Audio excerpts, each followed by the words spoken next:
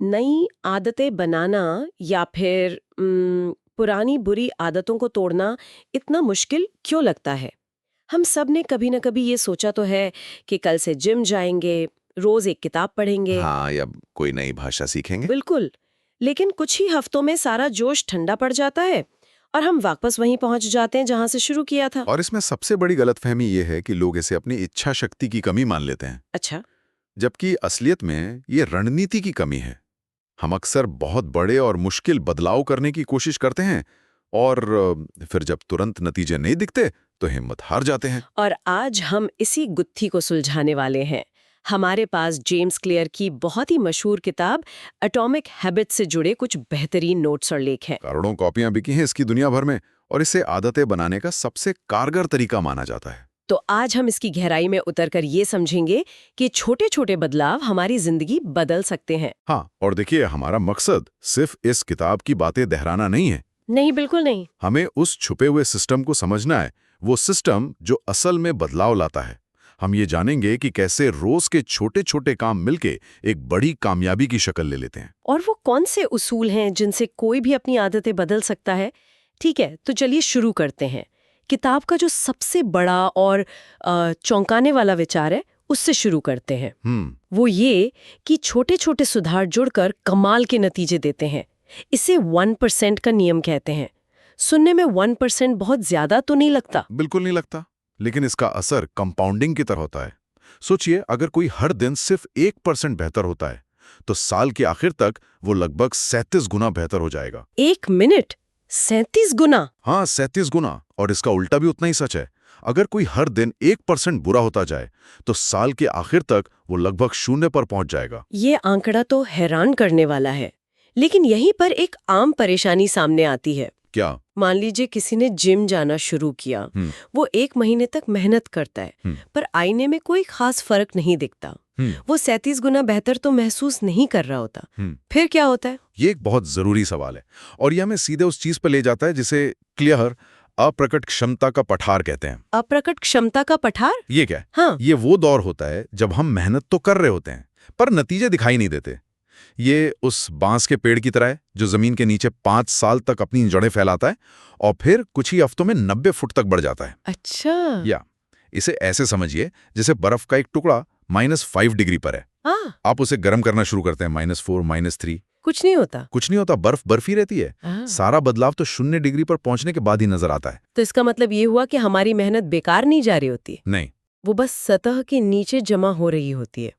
और ज्यादातर लोग इसी पठार वाले दौर में हिम्मत हार जाते हैं। बिल्कुल ठीक उस मोड़ से पहले जहां नतीजे दिखने वाले थे। और इसीलिए क्लियर कहते हैं कि आप अपने लक्ष्यों के स्तर तक नहीं उठते, आप अपने सिस्टम के स्तर तक गिरते हैं। मैंने ये लाइन पढ़ी है, ये बहुत पावरफुल है। और सारा खेल इसी एक लाइन में है। लक्ष्य तय करना आसान है, जैसे मुझे वजन कम करना है, लेकिन अगर आपके पास रोज स्वस्थ खाने और कसरत करने का कोई सिस्टम नहीं है, तो आप उस लक्ष्य तक कभी नहीं पहुंचेंगे। सही बात है। असली खेल सिस्टम बनाने का है, लक्ष्य तय करने का नहीं। तो अगर सिस्टम ही सब कुछ है, तो एक अच्छा सिस्टम बनाए कैसे? किताब में इसका कोई व्यवहारिक तरीका बताया गया है? हाँ, और यहीं से ये किताब बहुत कारगर हो जाती है। क्लियर बताते हैं कि हर आदत 4 हिस्सों के एक लूप में काम करती है। 4 हिस्से? हाँ, पहला है संकेत, मतलब क्यू, जो दिमाग को इशारा देता है। दूसरा है लालसा, क्रेविंग, यानी उस इनाम की इच्छा। तीसरा है प्रतिक्रिया, रिस्पॉन्स, यानी वो काम जो हम करते हैं। और चौथा है पुरस्कार, रिवॉर्ड, जिससे दिमाग को संतुष्टि मिलती है। संकेत, लालसा, प्रतिक्रिया और पुरस्कार। जी।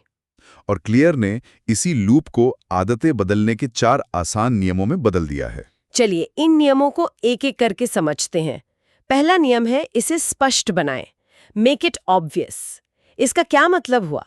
किसी आदत के संकेत को स्पष्ट कैसे बनाया जा सकता है? इसका मतलब है अपनी आदत को शुरू करने के लिए दिमाग को एक साफ इशारा देना। सिर्फ ये कहना कि मैं ज्यादा कसरत करूंगा, ये बहुत अस्पष्ट है। हाँ, ये तो कोई भी कह सकता है। इसकी जगह एक तकनीक है जिसे इम्प्लीमेंटेशन इंटेंशन कहते हैं। यानी आप तय करते हैं, मैं कल शाम 6 बजे अपने बेडरूम में 15 मिनट के लिए योगा करूंगा। समय, जगह और काम सब कुछ तय है। अच्छा, तो दिमाग के लिए कोई बहाना नहीं बचता। बिल्कुल। ये तो बहुत असरदार लगता है। और इसी से जुड़ी एक और तकनीक है हैबिट स्टैकिंग, है ना? सही कहा। यानी अपनी नई आदत को किसी पुरानी आदत के साथ जोड़ देना। जैसे मैं सुबह की चाय बनाने के बाद एक पेज किताब का पढ़ूंगा। यहाँ चाय बनाना एक पक्का संकेत बन जाता है नई आदत के लिए। और इसका सबसे बड़ा हिस्सा है अपने माहौल को बदलना। अगर फल खाना है तो उन्हें फ्रिज में छुपाने की जगह डाइनिंग टेबल पर सामने रखें। अच्छी आदतों के संकेत अपने आसपास बिखेर दें। हाँ, ठीक है। अब आते हैं दूसरे नियम पर। इसे आकर्षक बनाएं, मेक इट अट्रैक्टिव। ये थोड़ा मुश्किल लगता है। जो काम उबाऊ है उसे आकर्षक कैसे बनाएं? इसके लिए एक मजेदार तकनीक है टेम्पटेशन बंडलिंग। Temptation bundling? हाँ, यानी उस काम को जो आपको करना है उस काम के साथ जोड़ दें जो आप करना चाहते हैं। जैसे मैं अपना पसंदीदा शो तभी देखूंगा जब मैं ट्रेडमिल पर चल रहा हूंगा। हाँ, ये एक चालाक तरीका है। इससे तो ट्रेडमिल पर चलना अपने आप आकर्षक लगने लगता है। बिल्कुल। लेकिन क्या इसका कोई उल्टा असर नहीं हो सकता? कहीं ऐसा तो नहीं कि जो काम हमें पसंद है वो भी बोझ लगने लगे? ये एक अच्छा सवाल है। इसीलिए ये सिर्फ एक हिस्सा है।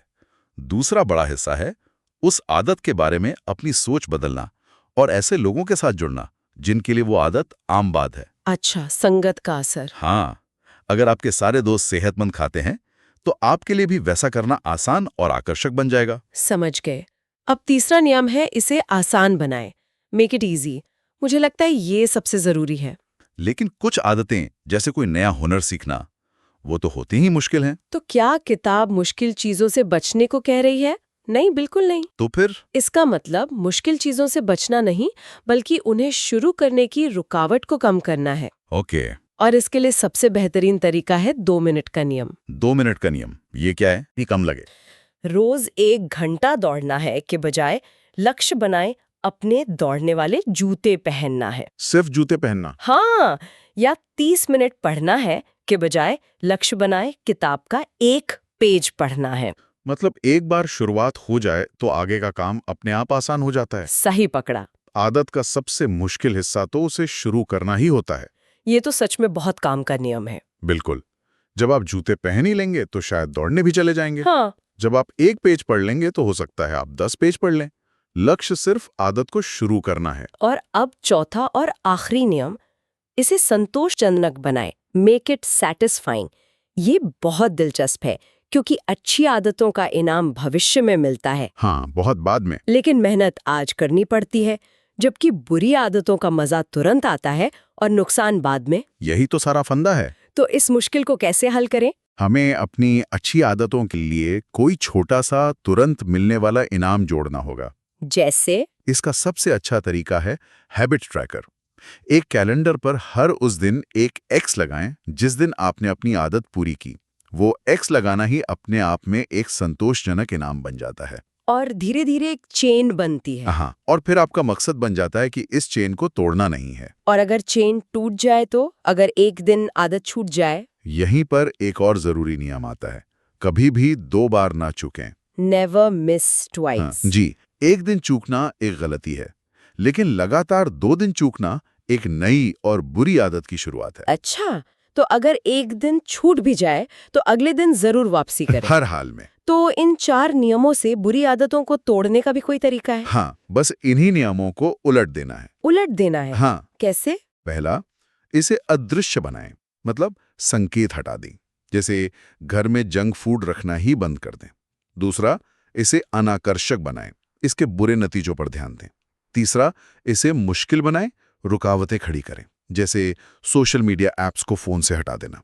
और चौथा? और चौथा, इसे असंतोषजनक बनाएं, तुरंत कोई सजा जोड़ें, जैसे किसी दोस्त को पैसे देने पड़े अगर आप सिगरेट पीते हैं। ये पूरा सिस्टम बहुत मजबूत लगता है। हमारे पास एक प्रैक्टिकल प्लान है, लेकिन मुझे लगता है कि इस किताब में इससे भी ज्यादा गहरा कुछ है। क्या सिर्फ इन नियमों का पालन करने से कोई बदलाव हमेशा के लिए टिक सकता है? आपने बिल्कुल सही पकड़ा। ये 4 नियम तो औजार हैं, लेकिन आपकी पहचान वो दिशा है जिसमें इन औजारों का इस्तेमाल होगा। असली और स्थायी बदलाव तब आता है जब आप अपने व्यवहार को नहीं बल्कि अपनी पहचान को बदलते हैं। अपनी पहचान को बदलना, इसका क्या मतलब हुआ? ये सुनने में बहुत बड़ा काम लगता है। किताब कहती है कि हमें पहचान आधारित आदतें बनानी चाहिए। जैसे, मैं एक धावक हूँ। मैं एक धावक हूँ। हाँ, जब आप खुद को एक धावक मानने लगते हैं तो दौड़ना एक बोझ नहीं लगता। बल्कि ये आपकी पहचान का सबूत बन जाता है। बिल्कुल। वाह, ये तो सोचने का पूरा नजरिया ही बदल देता है। किताब में एक लाइन है जो मुझे बहुत पसंद आई। कौन सी? आपका हर काम उस व्यक्ति के प्रकार के लिए एक वोट है जो आप बनना चाहते हैं। बिल्कुल, यही इस किताब का सार है।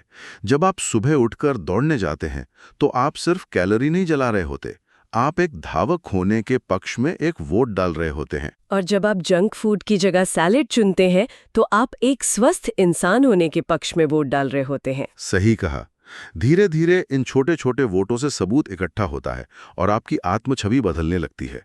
लक्ष्य किताब पढ़ना नहीं, पाठक बनना है। हम ये कह सकते हैं कि स्थायी बदलाव सिर्फ इच्छा शक्ति से नहीं आता। नहीं आता। ये छोटे छोटे दोहराए जाने वाले सिस्टम बनाने से आता है जो समय के साथ जुड़ते जाते हैं और उस पहचान को मजबूत करते हैं जो हम बनना चाहते हैं। ये अपने माहौल को बदलने के बारे में है, ना कि सिर्फ अपनी भावनाओं पर निर्भर रहने के बारे में। एकदम सही। और इस किताब की यही खासियत है कि ये सिर्फ थ्योरी नहीं है, ये एक एक्शन प्लान है। ज्यादातर लोग इसे पढ़ने के बाद 3 से 10 छोटे बदलावों की एक लिस्ट के साथ तैयार होते हैं जिन्हें वो तुरंत लागू कर सकते हैं। तो ये थी हमारी आज की चर्चा एटॉमिक हैबिट्स के शक्तिशाली विचारों पर। ये एक ऐसा नजरिया है जो दिखाता है कि सबसे बड़े बदलाव की शुरुआत सबसे छोटे कदमों से होती है। इस बातचीत को खत्म करने के लिए एक सवाल छोड़ना चाहूंगा। जरूर। किताब इस बात पर जोर देती है कि हमारा हर छोटा काम इस बात के लिए एक वोट है कि हम कौन बन रहे हैं। तो सोचने वाली बात यह है, अगर आज की छोटी छोटी आदतों और फैसलों को वोट के रूप में देखा जाए तो वो किस तरह की पहचान का निर्माण कर रहे हैं।